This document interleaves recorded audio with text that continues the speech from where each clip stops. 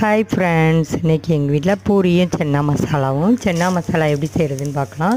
கொஞ்சமாக ஆயில் விட்டு அதில் ஜீரகம், பட்டை, லவங்கம், ஏலக்காய், பிரிஞ்சி ஏலக்காய் அழிச்சிட்டு பொடியாக கட் பண்ண வெங்காயம் 2 வெங்காயம் சேர்த்துருக்கேன். அப்புறம் 2 பச்சை மிளகாய் கீரி போட்டு இஞ்சி பூண்டு பேஸ்ட்டு போட்டு நல்லா வதக்கிக்கோங்க. நல்லா ப்ரௌன் கலரில் ஆனதும் 2 தக்காளியை 2 அல்லது 3 தக்காளி சேர்த்துக்கோங்க. அது புளிப்பு தான் அதுக்கு அழகாக டேஸ்ட்டு கொடுக்கும். அந்த தக்காளி அரைச்சி சேர்த்துட்டு 1/4 ஸ்பூன் மஞ்சள் தூள், 1.5 ஸ்பூன் மிளகாத்தூள், 2 ஸ்பூன் மல்லித்தூள், கொஞ்சமாக கரம் மசாலா தூள் சேர்த்துட்டு அந்த சென்னா வேக வச்ச தண்ணியை ஊற்றி நல்லா கொதிக்க விடுங்க.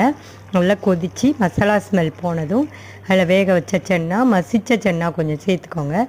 சேர்த்துட்டு மல்லி இலை தூவி பட்டர் போட்டு இறக்குனால் சுவையான சென்னா மசாலா ரெடி. இந்த வீடியோ பிடிச்சிருந்தால் லைக் பண்ணுங்கள், ஷேர் பண்ணுங்கள், சப்ஸ்கிரைப் பண்ணுங்கள். Okay, thank you.